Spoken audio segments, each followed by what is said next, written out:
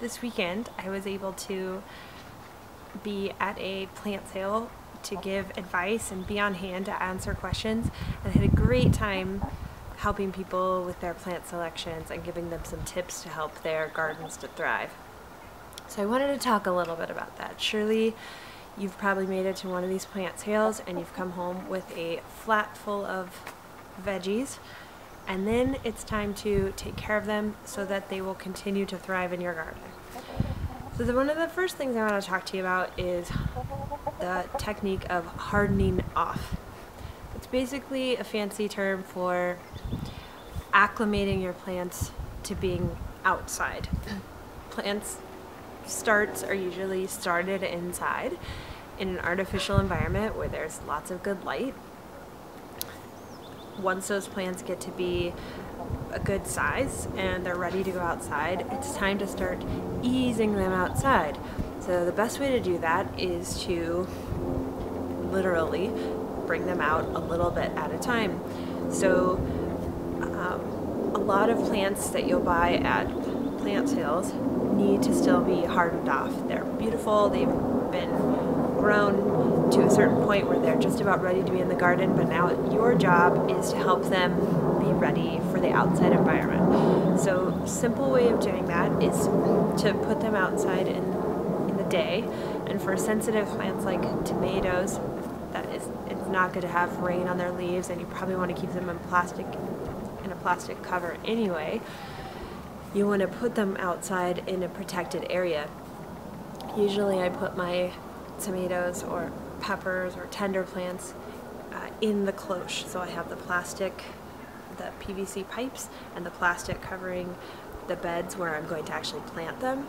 I'll use that, set it up before I've even started putting the plants in the soil. Use that as a way of hardening them off. So I'll put the plants in there during the day. They'll be protected from the elements and be warm, and then at night I'll bring them back in, and I will do that for a week, even 2 weeks. I did plant some of my starts last year after a plant sale, not realizing that they hadn't been hardened off, and they survived. I got tomatoes off them, so most likely they'll survive, but for some extra luck, just to make sure they get the extra boost that they need, it's really best to harden them off. The other thing I wanted to talk to you about was a piece of advice that I was giving a lot of people that you often see. Clearly I am in an urban setting. This happens a lot when you buy starts. Because plants tend to end up in this 4-inch pot really close together. So you're going to need to thin them and separate them. Because what you're actually buying, and these are some leeks that I was able to get at the plant sale that I was at today. It's great.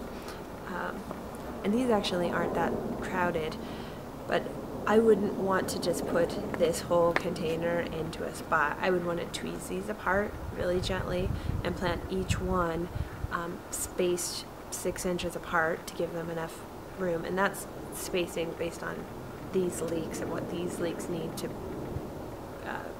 be spaced for their optimal growth. So make sure you look at the tag or look it up, whatever plant it is that you're planting, to see the spacing that it needs. But you want to break these, separate this and plant each one separately so that they're not overcrowded and that they have room to grow. I noticed lots of containers of beets and Swiss chard that were really close together, and if you separate them and thin them, you'll be having a lot more plants for the price of what looks like one pot. So make sure you do that. Check out the video that I posted couple weeks ago. I'll put the link in this week's video post where I showed you techniques for gently thinning apart plants and transplanting them. In short, I use the butter knife technique. So once I've gotten these gently teased apart and I have each seedling separated, then I'll stick a butter knife into the soil, kind of move it back and forth just to create a little reservoir, sort of gap in there, and then I stick one of the seedlings into that little hole and spread the soil around it, kind of pat it down and make sure that it's snug in there. Give it a good watering and then let it go. So you want to make sure you do that. The final piece of advice that I want to give to you so that your new starts will thrive is about watering. I'd just like to leave you with the advice that yes, for your plants to be established, we don't want to withhold water and have them be stressed, because that will definitely make a plant more susceptible to pests, and it won't get to be its healthy size. So you definitely want to give a plant adequate water, but you want to make sure not to overwater. And I think one thing that gardeners tend to do, because they want to take care of their plant, they don't want to neglect them, that sometimes we tend to overwater. And once we put a new plant into the ground, you want it to be able to establish a nice root system that goes deep. If we're overwatering and it has so much water at the surface, those roots only have to go as far as where all that water is, and they don't really have to go down deeper to find more water, to kind of establish itself deeper. So overwatering can actually affect the plant in the long run. So for a healthier plant, you want to make sure that you go easy on the water. Generally, if you stick your finger in and you feel moisture, I guess there's people call it the knuckle test. You want to be able to feel if it seems moist down there, and if it's dried out, that's your sign to water. Sometimes, just for my own way of keeping track, I tend to think of Wednesday and Sunday. It's not a great idea to be watering on such a regimented schedule, since you really do want to be kind of in tune with what's going on in the soil.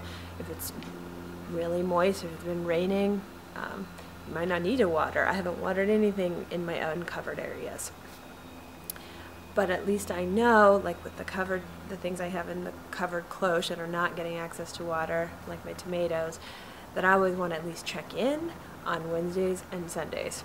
And most times they do need watering, and you want to think of deep watering, slow, deep watering, getting the water deep into the soil, not just at the surface, and giving your plants just what they need to survive while not overwatering.